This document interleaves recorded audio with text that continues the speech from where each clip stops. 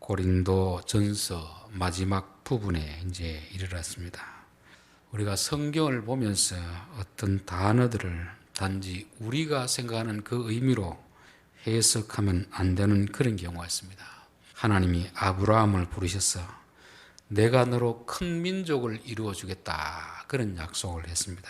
그리고 창세기 18장에 가면은 강대한 나라가 되게 하겠다, 그렇게 약속했습니다. 그런데 이스라엘 역사상 한 번도 이집트나 아수르나 바벨론이나 페르시아처럼 그렇게 강대한 나라가 된 적이 없습니다. 하나님이 말씀하신 큰 민족, 강대한 민족이라는 것은 세상 나라처럼 힘이 있어서 많은 나라들을 약탈하는 그런 민족이 아니고 그들과 다른 하나님이 통치하시는 그런 민족임을 성경은 말씀하고 있습니다. 그래서 성경을 보면서 어떤 단어가 나올 때 우리 식으로 해석하는 게 아니고 하나님의 방식으로 해석을 해야 될 줄 믿습니다. 오늘 13절에도 보면 깨어 믿음에 굳게 서서 남자답게 강건하라, 이렇게 되어 있습니다. 우리는 남자답게 강건하라 이렇게 하면 어떤 생각이 됩니까? 운동을 많이 해가지고 근육이 많이 난 남자들, 또 깡패들이 올 때 한 주먹으로 다 해치울 수 있는 그런 사람을 생각할 수 있는데, 성경은 그런 남자가 되라는 게 아닙니다. 남자답게 강건하라, 이 말은 남들과 싸워서 이길 수 있는 그런 힘을 키우라는 말이 아니잖아요. 그럴 것 같으면 40의 모세를 하나님이 쓰셔야 됩니다. 자기 동족 백성이 애국 그 감독에게 학대받는 걸 보고 나서 모세가 분노가 일어나서 어떻게 했습니까? 한 주먹에 그를 죽여버리잖아요.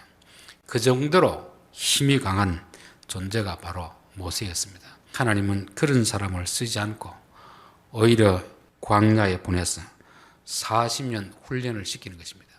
성경에서 남자처럼 강건하라, 이 말은 오늘 이 시대에 우리가 생각하는 그 남자들, 근육 있고 싸움을 잘하는 그런 사람이 아닙니다. 성경이 말하는 남자답게 강건하라는 것은 예수님 같이 능력이 있지만 그것을 자기를 위해 쓰지 않고 남을 위해 쓰는 것이고 내적으로 자기를 다스릴 수 있는 이런 강한 그런 사람이 되라는 것입니다. 잠언 16장 32절에도 노하기를 더디하는 자는 용사보다 낫고 자기의 마음을 다스리는 자는 성을 빼앗는 자보다 나으니라. 그래서 성경이 강한 자라고 말할 때는 사람과 싸워서 이기는 사람을 말하는 게 아니고 화가 나는 상황 속에서도 그 노를 잠재울 수 있는, 자기를 다스릴 수 있는 진짜 속이 강한 이 사람을 남자답고 강한 사람이라 말하는 것입니다. 예수님은 말 한마디면 자기를 조롱하는 군인들도 다 제압할 수 있는 능력이 있었습니다. 예수님이 십자가에 달려있을 때 밑에 사람들이 뭐라고 조롱했습니까? 남들을 구원하면서 너는 왜 구원하지 못하느냐? 너가 진짜 하나님 아들이면 내려와서 너를 구원하라, 그렇게 했잖아요. 우리 같으면 잠깐 내려와서 한번 다 쓸어버리고 다시 올라갈 수도 있는데 예수님은 그렇게 하지 않는 것입니다. 그는 세상적으로 강한 사람이지 하나님이 보시기에는 아주 약한 사람인 것입니다. 진짜 강한 사람은 자기의 분노를 다스리는 사람, 자기가 똑똑해도 약한 사람을 무시하지 않는 사람, 그런 사람이 강한 사람이고 예수님이 강한 자의 본이 되는 그런 사람입니다. 고린도 교회에 얼마나 능력 있는 사람이 많이 있었습니까? 그런데 그들은 강한 걸 가지고 뭘 했습니까? 약한 자들을 무시하고 멸시하고 했잖아요. 그것은 교회 안에서 강한 것이 아니다.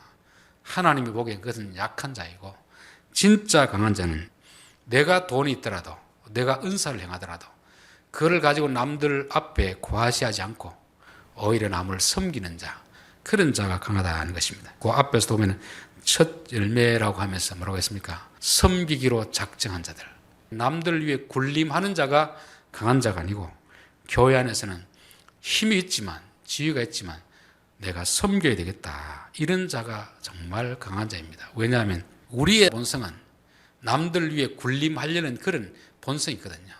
내가 남들보다 많이 가지면 자랑하고 싶은 마음이 있고 그보다 못한 사람을 무시하고 싶은 이런 본성이 있을 때 그것을 제압할 수 있는 사람이 진짜 강한 자인 것입니다.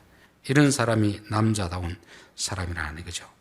사도 바울은 고린도 교인들에게 세상 사람들이 하는 그런 강함을 과시하지 말고 예수님처럼 정말 내면적으로 자기를 다스릴 수 있는 그런 강한 자가 되라, 그렇게 말씀하는 것입니다. 그러면서 두 가지를 당부하는 거죠. 깨어 믿음에 굳게 서서. 그래서 정말 남자답게 강한 자가 되기 위해서는 깨어서 믿음에 굳게 서야 되는 것을 말씀합니다. 깨어 있다는 것은 잠자지 않고 깨어 있으라는 말이 아니고, 이거는 군인들에게 쓰는 용어입니다. 군인들. 밤에 군인들 보초를 쓰고 있잖아요. 보초들은 자야 됩니까? 깨어 있어야 됩니까? 깨어 있어야 되거든요. 왜냐하면 밤에 적들이 쳐들어올 수 있기 때문에 파수꾼들은 깨어 있어야 되는 것입니다. 깨어서 적들이 공동체 속으로 들어오지 못하도록 그렇게 막아내야 되는 자들이 바로 남자인 것입니다. 그래서 인구조사를 할 때도 민수기 보면 20세 이상 싸움에 능한 자, 20세 이상이라도 싸우지 못하는 자는 안 되는 것입니다. 왜냐하면 그들은 공동체를 지켜내야 되는 거잖아요. 애굽에 있을 때는 애굽에 종사로 있었지만 이제 가나안까지 가기는 여러 적들의 공격이 있을 텐데 결국 그 공동체를 막아내기 위해서는 지킬 수 있는 남자들, 그래서 20세 이상 싸움에 능한 자를 파악하라고 했던 것입니다. 그래서 교회 안에도 몇 명이 교인이 있느냐 중요한 게 아니고 교회에 들어오는 여러 가지 외부의 공격들, 이 외부의 공격들을 막아낼 수 있는 그런 영적인 군사들이 몇 명 있느냐, 그게 하나님 보시는 기준이지 단지 어린아이부터 시작해서 다 숫자를 세는 게 아닙니다. 물론 그들이 귀하지 않다는 게 아니고 그들이 안전하기 위해서는 깨어있는 20세 이상의 남자 같은 강성한 사람이 있어야 그 공동체가 안전하기 때문에 그렇다는 것입니다. 고린도 교회도 숫자가 몇 명인지는 모릅니다. 그런 안에는 세상적으로 강한 사람 많은데 밖에서 들어오는 이런 것을 막아내지 못하니까 교회가 분쟁에 쌓이게 되니까 너희들 그러지 말고 깨어있어서 파수꾼과 같은 그런 사람들이 되어라 하는 것입니다. 오늘날 한국교회는 얼마나 많은 잘못된 가르침이 들어오는지 모릅니다. 여기서 외부의 깡패는 도적과 싸우는 게 아닙니다. 교회에 들어오는 사람 누가 들어오겠습니까? 영혼을 도둑질하러 들어오는 이단 세력들, 거짓 복음을 가진 거짓 선자들 아닙니까? 오늘날 교회들은 부흥만 한다고 하면 그게 성경의 복음하고 일치하는지 안 하는지도 구분하지 않고 무작정 받아들이는 그런 경우가 있습니다. 왜 그렇겠습니까? 버가모 교회나 두아디라 교회는 발람의 교훈을 쫓는 자도 들어오고 니골라당의 교훈을 쫓는 자도 들어오고 이세벨이라는 자도 들어와서 성도들을 잘못되게 범죄하게 만드는 그런 교회였습니다. 오늘날 교회에도 깨어있는 자들이 많아야 됩니다. 1차적으로 목사가 깨어있어야 되고 장로님들이 깨어있어야 됩니다. 교회 안에 잘못된 가르침들이 들어오지 못하도록 항상 깨어있는 남자같이 강성한 자가 있어야 되는 것입니다. 깨어 어디에 서라는 겁니까? 믿음에 굳게 서라. 믿음에. 여기서 믿음에 굳게 서라는 것은 믿음은 바른 복음이고 바른 지식입니다. 바른 지식. 예수님이 제자들에게 너희는 나를 누구라 하느냐? 주는 그리스도시요 살아계신 하나님의 아들입니다. 바른 믿음의 고백 위에 내가 교회를 세우겠다. 반석 위에 교회를 세우겠다는 거잖아요. 교회는 무엇보다도 믿음 위에 세워져야 돼요. 믿음 위에. 믿음이라는 것은 주여 믿습니다 이게 아니고 바른 지식입니다. 바른 지식. 그래서 성경에 보면 예수님이 항상 믿음을 칭찬할 때는 유대인들을 가지고 칭찬하지 않았습니다. 백부장, 또 수로보니 여인, 예수님을 바로 알고 있는 바른 지식을 가지고 있는 자들에게 내가 이스라엘에서 이만한 믿음을 보지 못하였느니라. 그래서 믿음이라는 것은 바른 지식 위에서 믿는 것이 믿음이지 잘못된 믿음 위에서 믿는 것은 믿음이 아닙니다. 오늘날 맹신자들이 많이 있습니다. 맹신자들. 생각 없이 성경을 알지 못하고 무조건 앞에서 이야기하면 아멘을 하고 할렐루야 하는데 제가 봤을 때는 저 사람들은 뭘 믿을까 한번 생각할 때가 있습니다. 우리는 맹신자가 되어서는 안 됩니다. 그게 마치 믿음이 좋은 것처럼 보이는데 그것은 속고 있는 것이죠. 우리는 항상 성경을 기준으로 해가지고 예수님을 바로 알고 바로 믿어야 그 믿음이 반석 위에 세워진 믿음이 되지 그냥 무조건 믿습니다 하면 그거는 모래 위에 세운 집이 되잖아요. 그래서 교회가 흔들리지 않기 위해서는 깨어 있어야 되고 그리고 믿음 위에 서 있어야 된다는 것을 말씀하고 있습니다. 그리고 너희 모든 일을 사랑으로 행하라. 여러분, 남자답게 강건하라는 말하고 사랑으로 행하라는 말이 세상 기준으로 보면 이게 안 맞습니다. 세상 기준은 남자답게 강건하라는 말은 힘이 있고 싸움을 잘하고 이런 어떤 느낌이 드는 거, 사랑이라는 것은 이성 간의 사랑 아니면 또 마음씨가 좋은, 이래도 좋고 저래도 좋고 그런 것을 말씀하는데 성경은 지금 그런 개념으로 말하는 게 아닙니다. 남자답게 강건하라는 것은 외부의 적으로부터 막아낼 수 있는, 거짓 사도들이 들어올 때 구분해서 막아낼 수 있는 이런 것을 말한다고 하면 내부적으로 교인들을 사랑하라는 거죠. 교회 안에 믿음이 약한 자들, 가난한 자들, 이들을 형제처럼 대하고 사랑하라는 것입니다. 그런데 고린도 교회는 어떻게 했습니까? 외부의 거짓 선자들은 다 받아들이고 교인들이 믿음이 약한 자들을 무시하고 그렇게 해서 많은 분쟁이 일어났잖아요. 진짜 남자는 어떤 사람이 남자겠습니까? 외부의 적으로부터 가정을 지키는 사람이고 집 안에 있는 가족들은 비록 좀 부족하더라도 사랑으로 다 품어줄 수 있는 사람이, 이 사람이 진짜 남자가 아니겠습니까?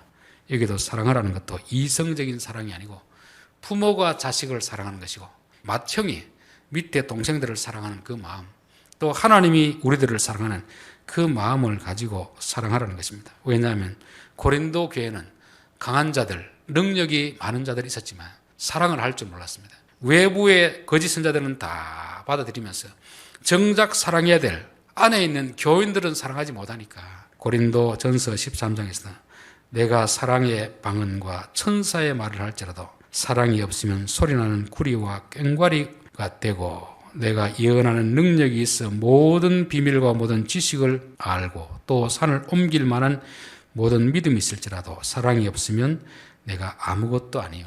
고린도 교회가 능력도 있고 예언도 하고 방언도 하고 믿음도 있고 했는데 가장 중요한 사랑이 없습니다. 힘이 있다고 해서 약자들을 무시하지 말고 그 힘을 가지고 약자들을 잘 섬기는 그런 사랑을 가지고 행동하는 사람이 진짜 남자답게 강건한 사람이라 그렇게 말씀하는 것입니다. 21절 나 바울은 친필로 너희에게 문하노니, 바울은 움직이는 종합병원이라는 이야기를 들을 정도로 그렇게 병이 많았던 사람입니다. 특별히 시력이 약해가지고 로마서라든지 이런 편지를 쓸 때는 대필로 썼습니다. 사도 바울이 불러주면 옆에 있는 사람들이 받아 적어가서 편지를 보낸 거죠. 그런데 고린도 교회는 대필을 쓰지 않고 자기가 친히 기록하고 있습니다. 이것은 무슨 뜻이겠습니까? 다른 교회들보다 고린도 교회를 내가 정말 사랑한다. 눈이 잘 안 보이면서도 쓰기 힘듦에도 불구하고 이 고린도전서 1장부터 16장까지를 또박또박 한자 한자 다 쓰는 것입니다. 시간이 얼마나 많이 걸리겠습니까? 그것은 모든 교회 다 그렇게 하는 게 아니고 고린도 교회에 대한 애정이 있는 거예요. 애정. 또 애정이 있는데 고린도 교회에 이런저런 문제가 있으니까 어떻게 하면 이 문제를 해결해 줄까? 그 마음을 가지고 그렇게 편지를 쓰는 것입니다. 저는 하나님이 행하시는 게 참 이해가 안 됩니다. 사도 바울이 선교를 다니면서 기도하면 얼마나 병이 많이 나았습니까? 죽은 자도 살렸는데 정작 자기에 있는 병은 하나도 못 낫습니다. 하나님 내 병도 좀 고치십시오. 그러니까 하나님 그만해라. 너는 받은 은혜가 크기 때문에 그대로 지내라. 그 대신 내가 너에게 의사 누가를 붙여주지 않았느냐. 여러분, 의사를 통해서 병이 낫는 게 좋겠습니까? 기도해서 낫는 게 좋겠습니까? 기도해서 낫는 게 좋겠죠. 그런데 하나님은 다른 사람은 다 기도해서 낫게 해주고 정작 자기의 병은 낫게 해주지 않는 이 하나님, 이게 참 이해할 수 없는 거죠. 그러나 사도 바울을 사랑하기 때문에, 그가 가진 능력이 너무 크기 때문에 자기 병마저 자기가 기도해서 낫게 되면 얼마나 교만하겠습니까? 그래서 사도 바울의 병은 고쳐지지 않고 그 대신 아플 때 누가를 통해서 치료해 주겠던 그런 것을 보게 됩니다. 자, 그렇게 시력이 약함에도 불구하고 이 고린도 교회를 위해서는 한자 한자 또박또박 편지를 보내면서 내가 이 쓴 편지는 누구에 불러줘서 그들이 쓴 것이 아니고 내가 친히 쓴 것이다. 그런 말입니다. 그 말은 내가 너희 고린도 교회를 얼마나 사랑하는 줄 아느냐. 그렇게 말씀하고 있는 거죠. 22절 만일 누구든지 주를 사랑하지 아니하면 저주를 받을지어다. 우리 주여 오시옵소서. 21절까지만 해도 참 좋은데 22절이 아주 부담스러운 내용입니다. 그렇죠? 만일 누구든지 주를 사랑하지 아니하면 저주를 받을지어다. 우리 주여 오시옵소서. 이런 말은 빼도 되는데 굳이 마지막에 이렇게 넣는 이유가 뭐겠습니까? 우리가 사랑이라고 하면 무조건 용서해 주는 것을 사랑이라고 생각하는데 교회 안에서 계속 죄를 짓고 있으면 지적해 주는 게 맞겠습니까? 그냥 모른 체 하고 넘어가는 게 맞겠습니까? 모른 체 하고 넘어가는 게 보통 사랑이라고 생각하잖아요. 근데 진짜 내가 누구를 사랑하면 그 사람 저렇게 두면 망할 텐데 그럴 때는 비록 이 사람이 듣기 싫어하더라도 그 말을 해주는 게 진짜 사랑입니다. 누군가 내 잘못을 이야기해 준다면 이분이 정말 나를 사랑해서 하는 말이구나. 그렇게 받아들일 수 있어야 되는 것입니다. 정말 사랑하는 사람이라면 내가 그분을 정말 사랑한다면 이야기를 해줘야 됩니다. 바울이 친필로 쓰노니 이 말하는 것은 내가 너희들을 얼마나 사랑하는 줄 아느냐. 사랑하기 때문에 이 말을 하는 것이다. 여러분 부모는 자식이 잘못된 걸 그냥 보아둡니까? 회초리를 대고서라도 고치려고 합니까? 회초리를 대고서도 고치는 것이 부모 마음 아닙니까? 내 아이가 아닌 남의 집 아이 그러면 굳이 그렇게 하지는 않습니다. 고린도 교회는 예수님을 사랑합니까? 안 합니까? 예수님을 사랑하니까 교회에 나오는 거 아닙니까? 그런데 사도 바울이 여기서 말할 때는 문자적으로 보면 주를 사랑하라는 거지만 바울의 경험으로 봤을 때 누구를 사랑하는 것이 주님을 사랑하는 겁니까? 교인들을 사랑하는 것이 주님을 사랑하는 거거든요. 바울은 한 번도 예수님을 직접 만나가지고 예수님을 핍박한 적이 없습니다. 바울은 단지 예수 믿는 사람을 핍박했던 것뿐입니다. 그런데 바울이 다메섹에서 예수님을 만나고 나서 너 왜 나 핍박하느냐? 저는 한 번도 주님을 핍박한 적이 없습니다. 그럴 때 뭐라고 합니까? 나를 믿는 자를 핍박하는 것이 나를 핍박하는 것이다. 그렇게 말씀했잖아요. 그러니까 사도 바울이 주를 사랑하지 않으면 저주를 받을지어다. 이 말은 이 고린도 교회 교인들이 주님은 사랑했습니다. 그런데 누구를 사랑하지 않았습니까? 고린도 교회 안에 있는 믿음이 연약한 자들, 가난한 자들, 이런 자들을 사랑하지 않고 있었던 것입니다. 그래서 말을 에둘러 가지고 주를 사랑하지 않으면 저주를 받을지어다. 이 말은 너희들 힘이 있다고, 은사가 있다고 믿음이 약한 교인들을 자꾸 무시하는데 그렇게 무시하면 너희들 저주받는다. 그들을 사랑해라. 그들을 보고 사랑하는 것이 아니고 그들을 사랑하는 주님을 보고 그들을 사랑하라는 거잖아요. 마태복음 25장에 양과 염소를 나누는 기준이 그거 아닙니까? 믿는 형제들 중에 지극히 작은 자에게 한 것이 곧 내게 한 것이고 그들에게 하지 않는 것이 곧 내게 하지 않는 것이다 하는 것입니다. 저는 이 비밀을 깨닫고 나서 내가 정말 나보다 약한 자를 잘 되어야 되겠구나. 그 생각을 가지고 있습니다. 적어도 고린도 교회 사람들은 이 사도 바울이 하는 말이 무슨 뜻인지 아는 사람도 있었을 것이고 모르는 사람도 있을 것입니다. 아는 사람은 고쳤을 것이고 모르는 사람들은 그저 여전히 저는 주님을 사랑하고 있습니다. 이렇게 아마 스스로 교만하게 되었겠죠.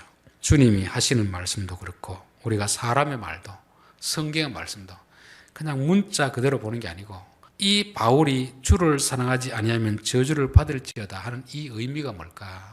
고린도 교회에 있는 힘 있는 자들, 열심히 있는 자들, 은사가 있는 자들이 그렇지 않은 자들을 무시하고 핍박하고 조롱했으니까 그게 결국 주를 사랑하지 않는 일이고 그로 인하여서 너희들이 어떻게 됐다는 겁니까? 저주를 받는다는 거잖아요. 고린도전서 11장을 볼까요? 20절부터 보면 되겠습니다. 그런즉 너희가 함께 모여서 주의 만찬을 먹을 수 없느냐? 이는 먹을 때 각각 자기 만찬을 먼저 갖다 먹으므로 어떤 사람은 시장하고 어떤 사람은 취함이라. 너희가 먹고 마실 집이 없느냐? 너희가 하나님의 교회를 업신여기고 빈궁한 자들을 부끄럽게 하느냐? 내가 너희에게 무슨 말을 하랴? 너희를 칭찬하랴? 이것으로 칭찬하지 않노라.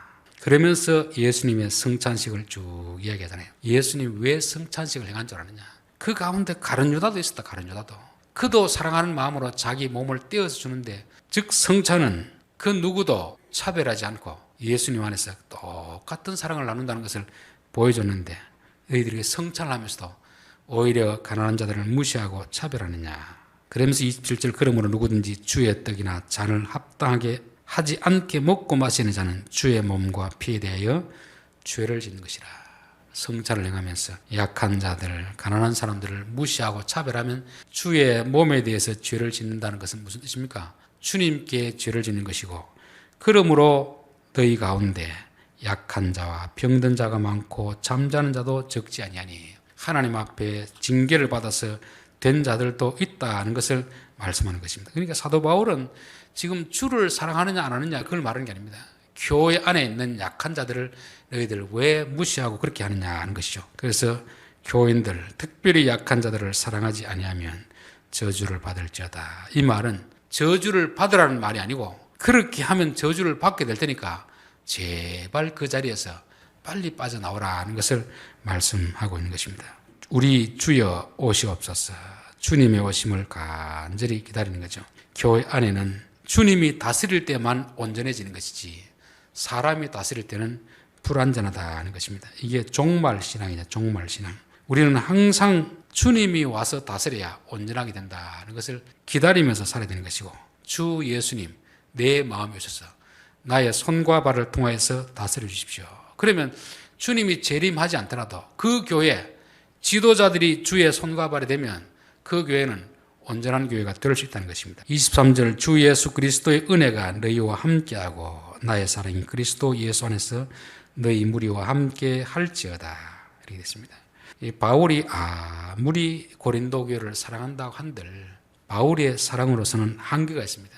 결국 고린도 교회가 해결되기 위해서는 누구의 사랑이 있어야 되겠습니까? 하나님의 은혜가 임해야 되는 거죠. 은혜가. 부모가 자식을 사랑한다고 한들 그 사랑에는 한계가 있습니다. 한계. 그래서 부모가 자식을 간절히 사랑할 때는 하나님 이 자식에게 은혜를 베풀어 주십시오.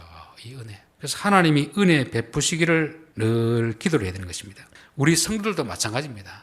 남편이 아내에게, 부모가 자식에게 해줄 수 있는 것이 한계가 있습니다. 나름대로는 아무리 잘해줬다고 하더라도 자식은 뭐라고 합니까? 부모에게. 부모님이 내게 해준 게 뭐 있습니까? 이런 소리를 하잖아요. 사람의 사랑으로서는 사람의 그 마음을 만족시킬 수 없습니다. 그래서 우리가 가장 좋은 것은 뭐겠습니까? 하나님, 우리 자녀들에게 하나님의 은혜를 베풀어 주십시오. 바울의 사랑은 그 다음이고, 바울의 사랑보다 먼저 필요한 것이 하나님께서 이들에게 은혜를 베풀어 주옵소서. 하나님께서 우리 가정에 은혜를 베풀어 주십시오. 하나님께서 우리 성도들이 은혜를 베풀어 주십시오. 하나님의 은혜가 있고 그 다음에 사람이 사랑이 있는 거지, 하나님의 은혜가 없이 사람의 사랑으로서는 결코 채울 수 없다는 것입니다. 그래서 저는 부모님이 자녀에게 가장 큰 사랑은 자녀를 위해서 기도해 주는 것이 가장 크다고 봅니다. 물론 물질적으로 도와주고 육신적으로 사랑해야 되지만 그것보다 더 중요한 것은 매일매일 자녀들을 위해서 하나님, 우리 자녀들에게 은혜를 주십시오. 하나님이 도와주십시오. 이 기도하는 것보다 더 큰 사랑은 없다고 보여지는 것입니다. 그래서 바울도 최선을 다해서 고린도 교회를 사랑했지만 바울의 사랑으로서는 한계를 느꼈습니다. 그래서 하나님, 이 고린도 교회에 하나님의 은혜가 임하게 하옵소서. 그 다음에 나의 사랑이 그들에게도 전달되게 하옵소서.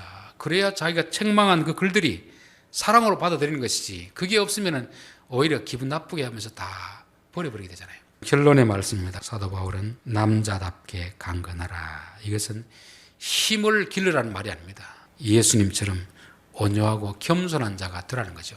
섬기는 자가 되라는 거죠. 내게 있는 힘과 능력과 은사를 가지고 약한 자들을 무시하지 말고 오히려 그들을 잘 섬기라는 것입니다. 깨어 믿음 위에 서라는 말은 깨어있는 사람들이 많아야 됩니다. 외부에 거짓 선자들이 들어올 때 이거는 잘못된 것이다, 이것은 용납해서는 안 된다, 막아내는 사람들이 필요하고, 그들은 믿음 위에, 바른 말씀 위에 서 있어야 됩니다.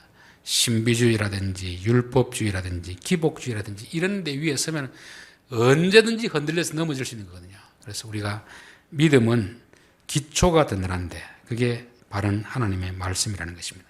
그리고 진짜 강한 사람은 사랑으로 행하라.